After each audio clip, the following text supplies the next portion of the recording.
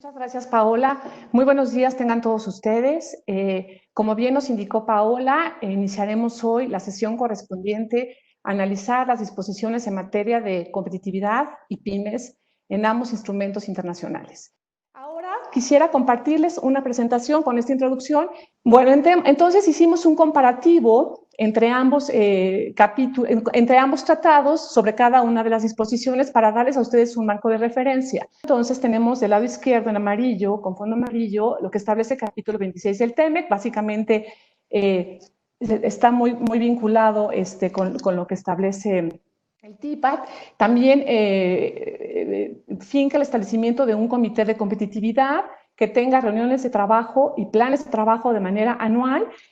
La idea es que en el caso del TEME, cuando este entra en vigor, que es la fecha que tenemos para entrar en vigor es el 1 de julio próximo, a partir de ese 1 de julio tenga un periodo de un año para reunirse. Y la idea es justo acordar un plan de trabajo. El plan de trabajo va a estar delimitado por intercambio de buenas prácticas, identificación de oportunidades comerciales, mejora en la participación de las pymes. Un elemento muy importante que es innovador, que no tiene contemplado el TIPAD, es dar preferencia a grupos subrepresentados, entre los que destacan mujeres, indígenas, jóvenes y minorías. Este tema siempre fue importante para México y estamos muy contentos que quedó reflejado de esa forma. También plantea que las partes deban proveer infraestructura física y digital para el comercio y para la inversión, que se combata prácticas de otros estados que no son parte, que distorsionen el mercado, que haya cooperación en materia de innovación y tecnología y, una vez más, una interlocución con personas interesadas y, en este caso, expertos que puedan dar asesoría u orientación a los gobiernos para avanzar estos temas. Y lo relevante de el capítulo de competitividad del TEMEC es que también plantea que haya trabajo con otros comités de otros capítulos del tratado. Esto resulta relevante. De ambos tratados de PYME son un marco de referencia, establecen medidas de cooperación. En el caso del TEMEC es un texto más largo, más amplio, más específico que el del TIPAD. El TIPAD tiene solamente 3 cuartillas, el del TEMEC tiene 6. Se parecen en los puntos, si vamos del lado derecho con el fondo verde, establecen ambos un comité, el acceso público de información. El comité de PYME de TIPAD se reunió también en octubre de 2019, tuvo ya el establecimiento de su marco de referencia y lineamientos para que todas las partes empiecen a trabajar en aquellos programas que deciden llevar a cabo de manera anual a partir de octubre de 2019. Ahora, el TEMEC establece las disposiciones sobre pymes en el capítulo 25 y, como veíamos en el TIPAD, también habla de un sitio web, más o menos con las mismas características.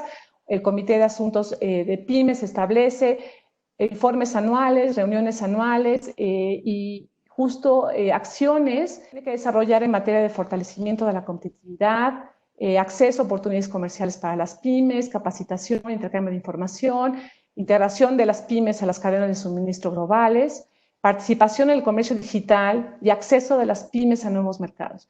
Lo que innova el capítulo 25 del TEMEC es que hace una mención expresa en incrementar las oportunidades de comercio e inversión, fomentar cooperación, una red de infraestructura de apoyo para las pymes, promover las pymes vinculadas con sectores subrepresentados, que ya mencionamos, y mejorar el acceso de las pymes al capital, crédito, compradores y proveedores a nivel internacional. La otra innovación de este capítulo del TEMEC es que establece un diálogo trilateral PYME con reuniones anuales integrado por el sector privado, por ONGs, académicos, evidentemente las pymes, convocado por el gobierno y que eventualmente puede hacer recomendaciones al comité de PYME. Doctor Silva, jefe de la Unidad de Inteligencia Económica Global de la Secretaría de Economía. Doctor, ¿qué acciones está llevando a cabo tu oficina para apoyar la incorporación de las empresas a las cadenas regionales de suministro en el caso del TEMEC? ¿Y qué oportunidades ha representado para el sector empresarial mexicano el TIPAD a más de un año de su entrada en vigor? Hola, buenos días a todos. Gracias por la invitación.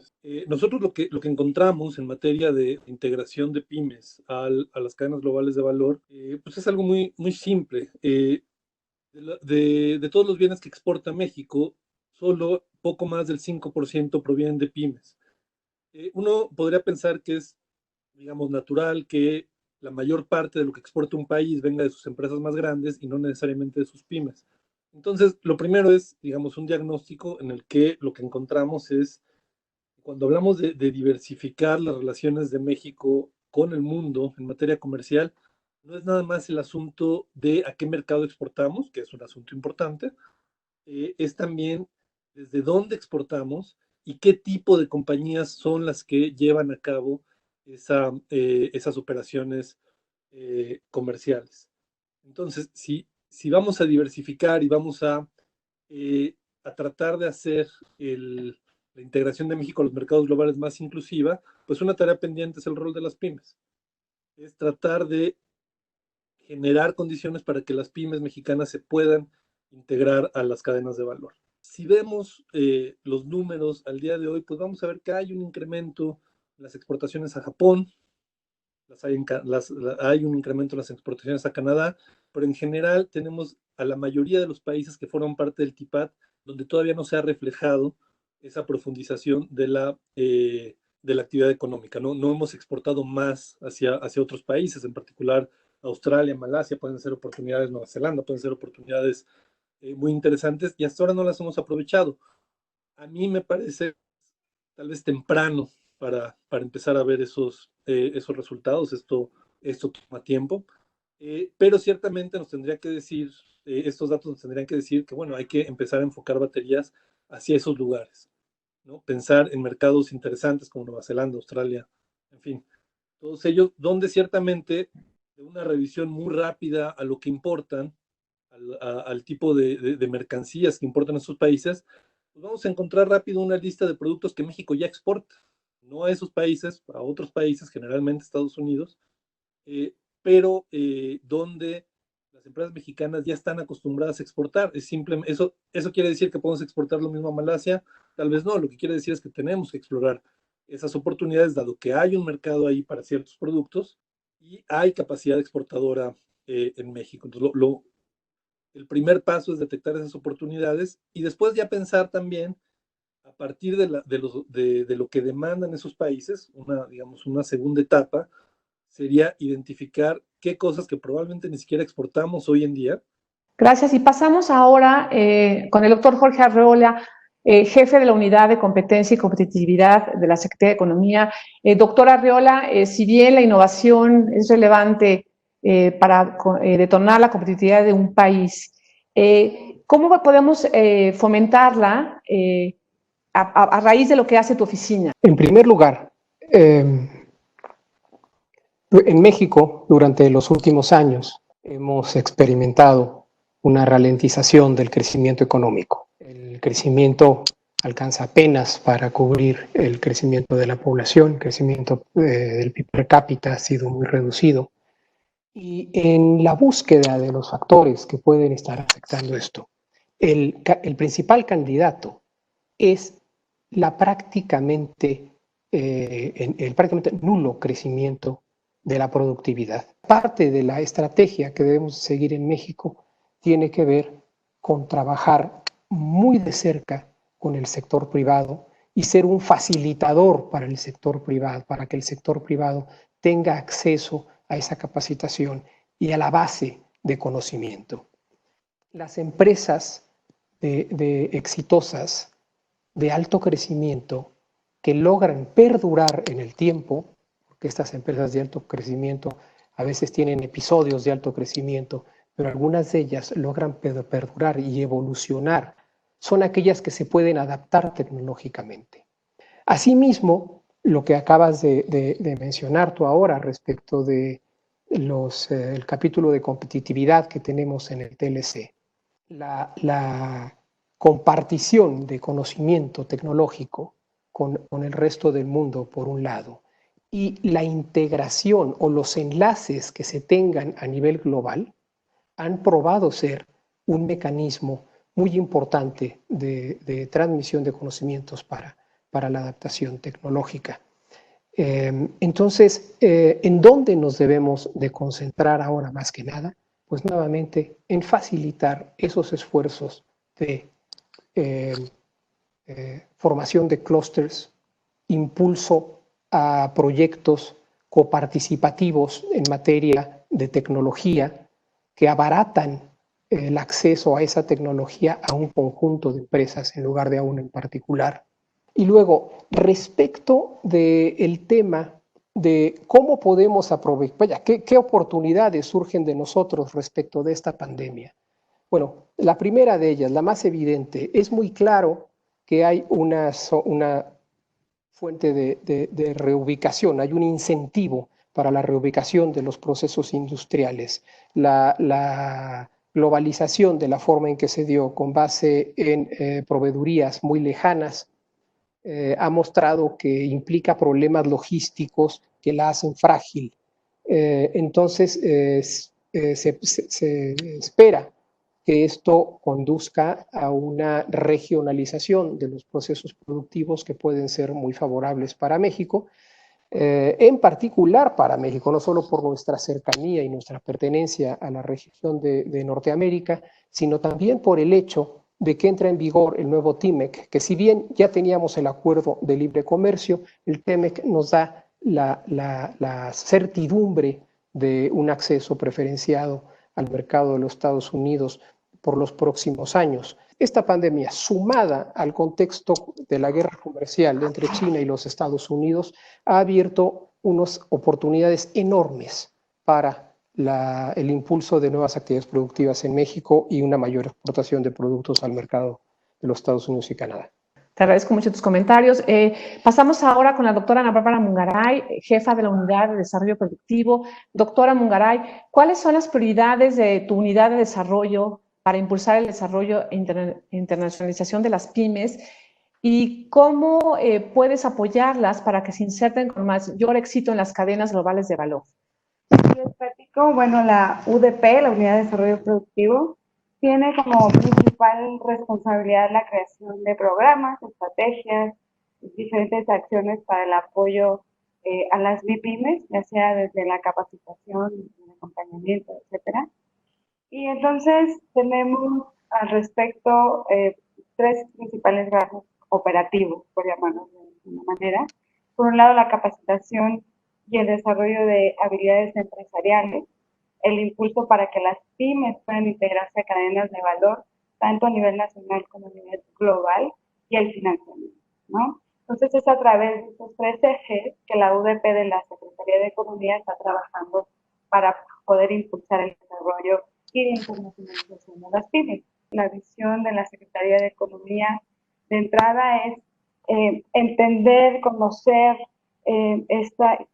reconocer esta diversidad en las características de las pymes mexicanas, para que a partir de ellas pudiéramos, si bien apoyar a las que están a un paso o más cercanas a la internacionalización para que logren los resultados que necesitan para poder integrarse a estas cadenas globales de valor. Para nosotros también es muy importante crear una especie de piso parejo para que las pymes realmente puedan desarrollar su potencial, ¿no? Porque pues también al interior del sector hay unas desigualdades muy importantes. Una de las principales tareas es, volviendo al inicio de la pregunta, es justamente el desarrollo de esas capacidades empresariales que las pymes requieren para competir en los mercados domésticos y globales. Y por otro lado, es el tema del financiamiento. Por otro lado, también el otro brazo operativo y que es vital para las empresas y ahora más que nunca lo va a ser en esta coyuntura es el tema del financiamiento. Y la UDP, lo que hacemos o lo que nos encargamos es, a través del Sistema Nacional de Garantías, trabajar con la banca de desarrollo, en particular con Nacional Financiera, Bancomext, FIRA, Financiera Nacional de Desarrollo, entre otros, para crear productos crediticios que permita que las empresas crezcan, se consoliden y puedan exportar, ¿no? En diferentes formas de financiamiento, por ejemplo, para capital de trabajo o que les permita pues crecer o soportar mayores niveles de venta, y también financiamiento para invertir en maquinaria, en equipo, en capacitaciones que les permitan mejorar los procesos. Sintetizando, un punto importante es democratizar la información. Es decir, este piso parejo requiere que las pymes tengan acceso a toda la información necesaria para que ellos puedan seguir en el proceso de consolidación, de crecimiento y de integración a cadena de valor. Entonces, esta plataforma que estamos muy cercanos de lanzar contará con todos los instrumentos del gobierno federal, de la Secretaría de Economía en particular, que tienen para apoyar a las pymes, en particular vinculado a exportaciones y al TEMEC, ¿no? Que es un requisito que también tenemos por el propio tratado. Por ejemplo, tendrá recursos como la ruta del exportador, con todos los pasos a seguir para que puedan las empresas pymes exportar, diferenciando por sector, diferenciando por producto. También tendrá plataformas para hacer encuentros de negocios. Ahora los encuentros de negocios virtuales van a ser muy importantes. Creo que está muy bien porque además permite optimizar recursos. También tendrá plataformas para hacer encuentros de negocios, colaboraciones con aliados. Les decía, por ejemplo, los aliados del PATSE, ¿no? Que tienen sus propias metodologías para acompañar a las empresas. También tendrá aliados de organizaciones internacionales y, algo muy importante, un espacio para que las pymes conozcan el marco regulatorio que tienen que seguir para poder exportar. Y un tema que es para finalizar, que estará también ahí, es una especie de observatorio con datos específicos para las pymes que puedan servir a los hacedores, a los tomadores de decisiones de política pública, pero también a las empresas para determinar dónde están esas oportunidades de negocio, para que puedan conocer su competencia y también que puedan conocer información de los otros países que son parte de estos tratados, ¿no? Entonces, pues hasta aquí la dejo y con mucho gusto estoy lista para preguntas. Gracias. Gracias a ti, doctora. Muchísimas gracias. Información muy útil. Ahora le pedimos a Rafael de Haro, presidente del Comité de Venture Capital de Amexcap, por favor, su intervención. Gracias, Rafael. Quería preguntarte básicamente cómo funcionan los fondos de capital, qué le aportan a las empresas y por qué son relevantes para elevar la competitividad. ¿Y cuál es, desde tu punto de vista, el papel del gobierno para impulsar a esta industria? Un placer compartir aquí el panel con ustedes. Sí, efectivamente, Lidia, el tema de los fondos de capital emprendedor es clave. El doctor Arreola mencionó el tema de tecnología e innovación por un lado, y luego también mencionó el tema de las empresas de nueva creación. Son estas empresas que inician su ciclo de financiamiento con prácticamente poco acceso al financiamiento que puede otorgar la banca, ¿no? Entonces ahí tenemos falta un eslabón y normalmente donde se cubre esa falta de financiamiento es con estos fondos de capital emprendedor. Rápidamente les cuento, para los que no estén muy familiarizados con lo que quiere decir el capital emprendedor. El capital emprendedor es literalmente el capital para el desarrollo de estas etapas tempranas de las empresas, ¿no? Y esto sigue las dinámicas de lo que conocemos como riesgo y recompensa, es decir, tú al invertir como fondo de capital emprendedor en empresas en etapas tempranas, el riesgo de la mortandad de esas empresas es muy alto. Dicho eso, el crecimiento y por lo tanto la recompensa de las que sí sobreviven suele ser mucho mayor, ¿no? Y es ahí donde está el incentivo de ese riesgo que asumen estos fondos de capital emprendedor. Típicamente otros inversionistas no están dispuestos a asumir ese riesgo y entre estos, por supuesto, está la banca que no está dispuesta a otorgar créditos a ese tipo de empresas de reciente creación precisamente por el riesgo que suplican. A cambio del capital, los inversionistas toman una participación accionaria, por lo general minoritaria en estas empresas. Y ahí la diferencia es que a pesar de tener una posición minoritaria en esas empresas de reciente creación, sí es un capital muy activo. Es decir, no solo se invierte y el inversionista, digamos, espera su retorno, sino que es muy activo y participa en el crecimiento de esas empresas de reciente creación para acompañarlas en la vida la curva de financiamiento de las empresas, ¿no? Entonces, aquí a la izquierda pueden ver una gráfica muy sencilla en donde se ve que pues, el capital emprendedor invierte en estas etapas de alto riesgo y sin embargo participa en el crecimiento de estas empresas.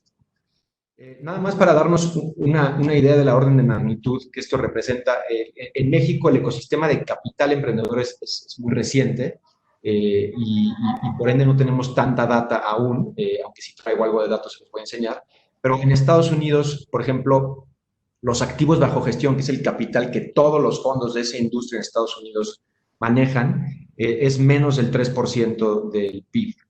Y sin embargo, el valor de las compañías que se han creado con capital emprendedor, con contribución de capital emprendedor, hoy representan aproximadamente más del 20% del PIB de Estados Unidos y más del 20% de los empleos que son de Estados Unidos son generados por estas compañías que han sido apoyadas por capital. Específicamente a tu pregunta de cómo el gobierno puede involucrarse en esto, aquí quisiera hacer una alusión al ecosistema de capital emprendedor específico a Silicon Valley. Es un ecosistema, como saben, muy desarrollado, que hace alusión muy clara a lo que el doctor Arreola mencionaba sobre los clústeres tecnológicos.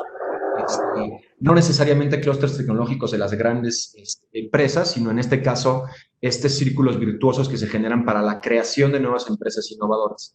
El caso específico de Silicon Valley, pues es difícil de replicar, porque ahí, en la década de los años 50, el gobierno de Estados Unidos lo que estaba haciendo era invertir mucho en la investigación y desarrollo para el sector de defensa y el sector militar.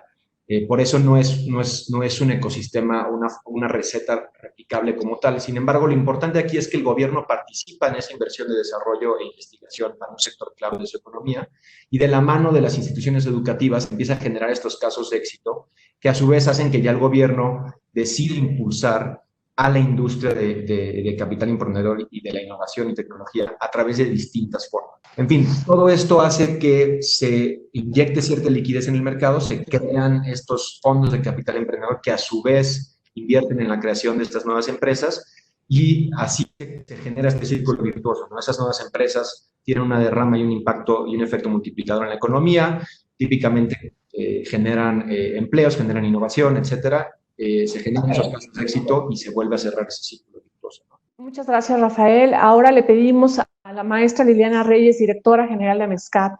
Liliana, desde tu rol como directora general de MEXCAP y con tu experiencia previa en el gobierno, ¿alguna sugerencia para cumplir con lo que establecen los capítulos de pymes y competitividad en el TEMEC y en el CIPAD?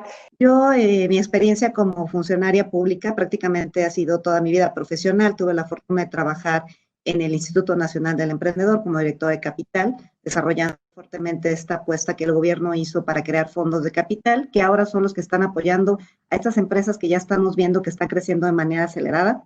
Y dentro del INADEM justamente tuve la oportunidad de trabajar en mecanismos de colaboración regional, que de esto se trata estos tratados que tenemos México y que vamos a aprovecharlos para crecer y para hacerlo de manera acelerada.